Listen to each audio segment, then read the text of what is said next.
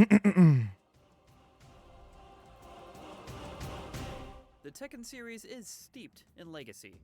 From the mechanical skills and knowledge needed to compete at the highest levels, to its iconic music and characters, to inside jokes spanning 3 decades and an ongoing story dating back just as far, each new entry has a heavy burden to bear. How do you honor that legacy without being chained down by it? That's the question Tekken 8 thoughtfully considers, and the answer it comes up with is a simple, yet profound one. You accept what's come before, but you don't let it stop you from moving forward. Whether it be a literal dash forward using a powerful new heat system, impressive training tools, or the compelling story of a man trying to break generational shackles. Yo, I love that dash forward mechanic, bro. It's crazy. Honoring its past while striving to improve its present. And most of all, it's just some really good ass Tekken.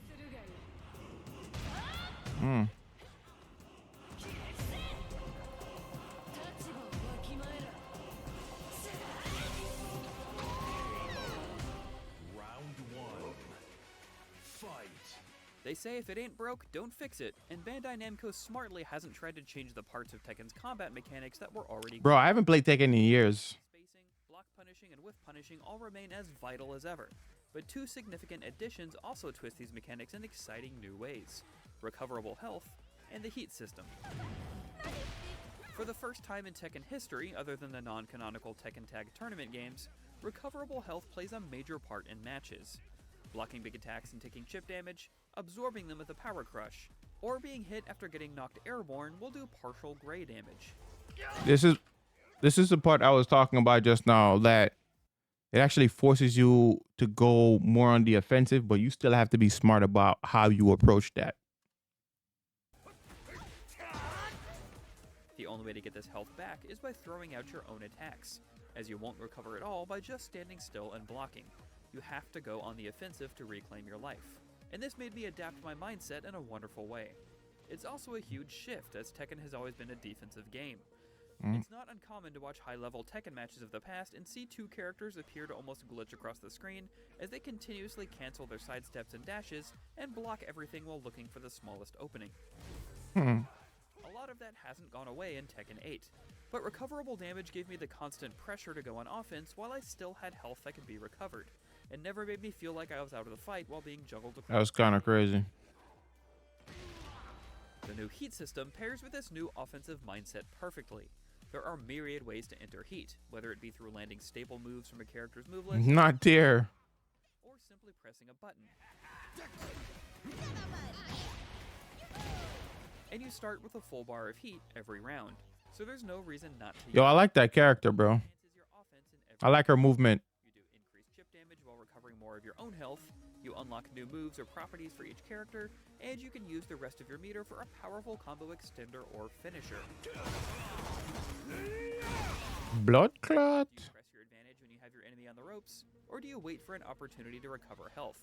Do you add a little bit of damage onto a combo now, or maintain stronger pressure after a knockdown later? Since you regain all of your heat after every round, these are questions you get to answer every round, and Tekken 8 is much more dynamic for it.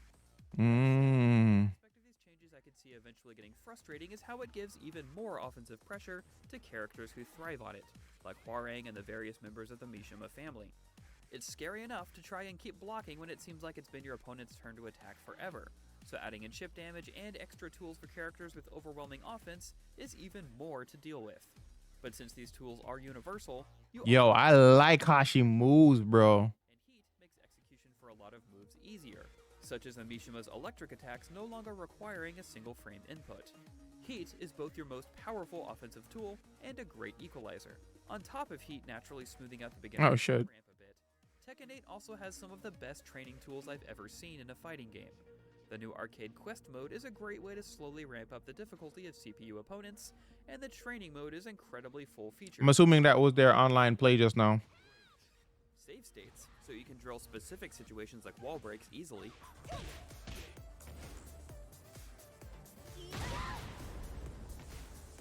Punishment training.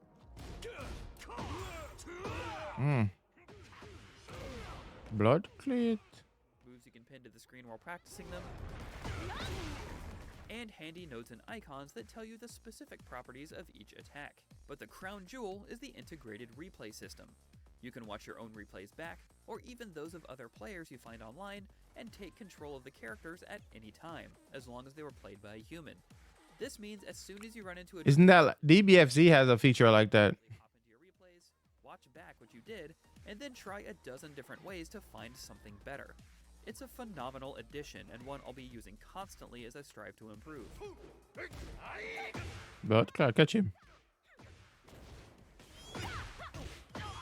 To simplify things even further, there's also a control mode called Special Style that binds important moves to a single button press. You can even bind this Special Style toggle to a button that you can press mid-match if you're getting overwhelmed and just want to do something cool and productive.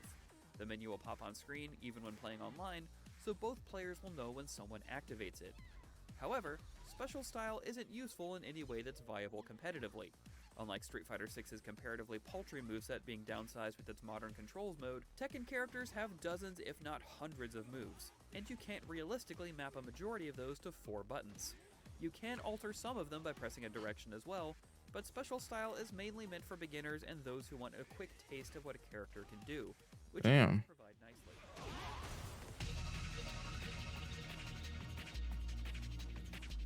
Joining the roster's returning mainstays are 3 fighters new to the Tekken series. Victor, the French UN agent voiced by actor Vincent Cassel, Azucena, the energetic coffee entrepreneur, and the enigmatic Reina. Victor sports some really flashy attacks that look cool as soon as you... I like Victor too. He highlights his movement. Great mix-up and pressure options that Blood clot. Yo, y'all saw that, bro? if abused too often. Yo, that movement was crazy, bro. Enigmatic Reina. His movement was crazy, bro. Victor sports some really flashy Damn. attacks that look cool as soon as you pick him up. And his vanishing strikes have great mix-up and pressure options that are Yo. able to be punished if abused too often. His connection to the story is a nice addition to the lore as well, framing him as a character who has been in the background, training other longtime roster mainstays. Azucena, as befitting of her occupation, is always moving. Both her personality and moveset are always baiting you to attack, and then hammering you hard for it. Blood She's clot. definitely polarizing due to her taunting nature and obvious early strengths, but even after fighting against her many times, I'm more excited to learn ways around her pressure than I am frustrated to face her. The third and most intriguing new character is Reina, who seems to act as a bridge between Tekken 7 and 8 in both gameplay and... Yo, you know what's crazy? I find a bunch of characters that I feel like I want to main. ...with the recently deceased Heihachi, the patriarch of the Mishima family, who was killed by Kazuya at the end of Tekken 7. My favorite addition to the roster by far. She's aggressive, flashy, and has some simple tools that will be very hard to master.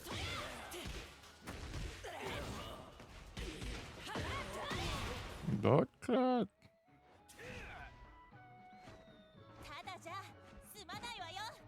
Continuing an extremely welcome trend of recent fighting games, Tekken 8 has enough single-player content to keep you busy for dozens of hours without ever touching multiplayer.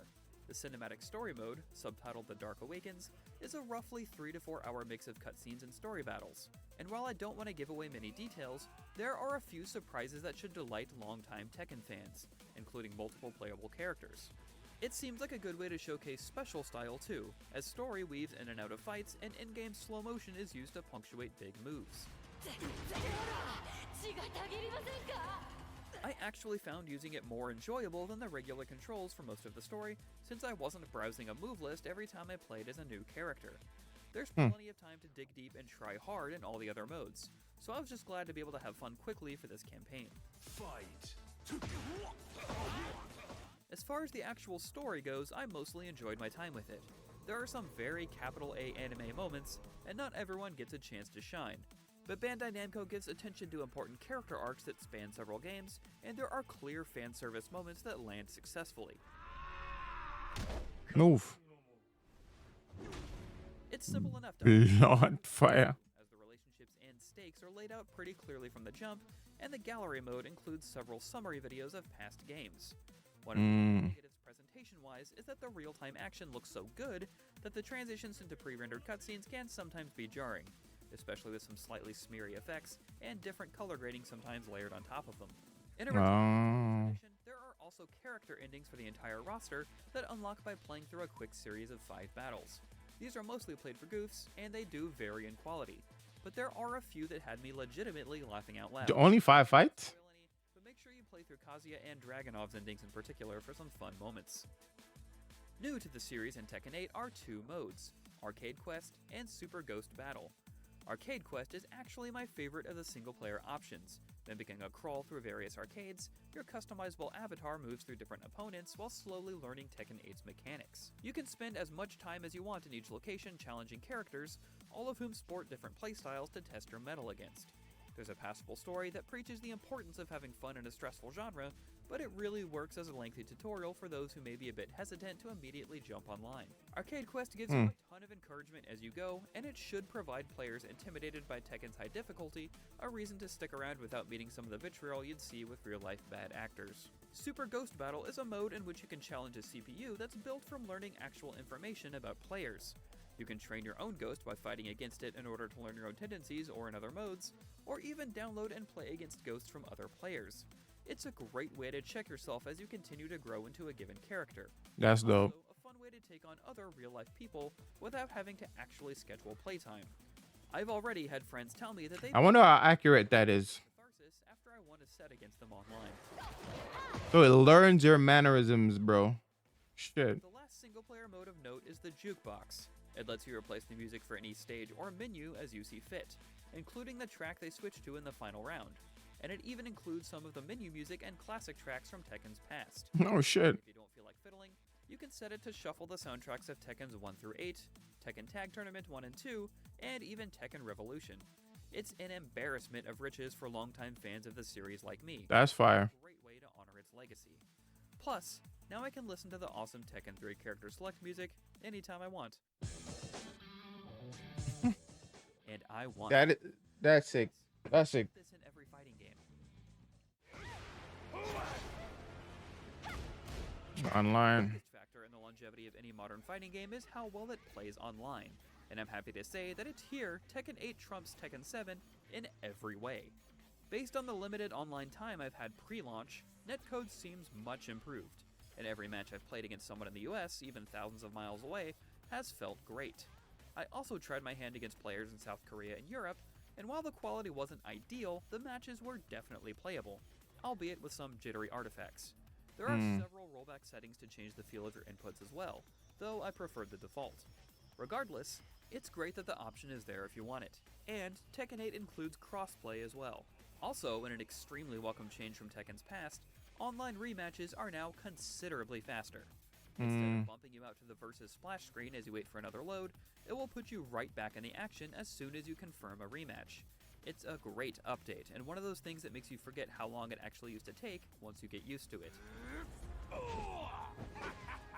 As far as online modes go, the big focus here is the Tekken Fight Lounge, a battle hub where you can run around with your custom avatar to meet and inspect other players, throw down some emotes. This looks just like Street Fighter's Battle Hub, bro. Matches, quick matches, custom rooms, and the welcome return of Tekken Ball. The fuck? It's easy to navigate as you can pop open the menu to quickly hop from room to room, but it's also just a cool looking space to run around in its own right. And if it's not for you, you can just as easily find all the online modes from the main menu. Unfortunately, one bizarre omission while in custom rooms is that you can't spectate matches or go to the practice mode. You can spectate anyone just fine from the Fight Lounge, but if you're in a room with friends, as of now, there's no way to watch each other's matches. Tekken That's gets stupid. so much right about the online experience that this is a weird thing to not have available. Yeah, it don't make no sense. Post-launch patch. That means how would we have tournaments then? I don't see how we could have tournaments with this then. It is an amazing new entry in the long run. Because we can't spectate. Interesting tweaks to its classic fighting systems, a full suite of fun offline modes, great new characters, incredible training tools, and a vastly improved online experience all add up to a fighting game I will be playing for many years to come.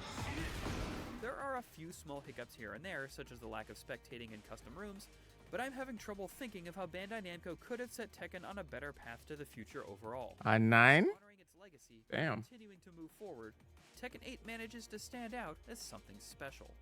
For more on Tekken 8, make sure to check back with us for some post-launch videos. And for everything else gaming, keep it right here on IGN. You win. 二択の時間だ。屈服か、それとも死か。 I don't know, gang. I mean, we'll see when it comes out. When does it come out, by the way? When does Tekken 8 come out? Tekken 8. Tekken 8 release date. Oh shit, it's tomorrow. I don't know, bro. I don't know about that. See, will my bank account set up? I don't think I'll be able to get that until like later on anyway. So, but you know what? I'll say this. I'll just keep watching it. Like if the gang gets it, which I know a lot of people are going, because I know Heartless is gonna get it. I know a few people that are gonna actually have that game. I don't know if he's getting it day one, but let's see how many people get it, and then we'll decide from there. But I'm not really like big on Tekken, so if like I said, I won't be super competitive. I might pick one of the simplest controls ever in that game because I know you can. They have the equivalent of the modern controller in this game, so I'm definitely gonna use it. I don't give a fuck. But yeah, that's just me on Tekken.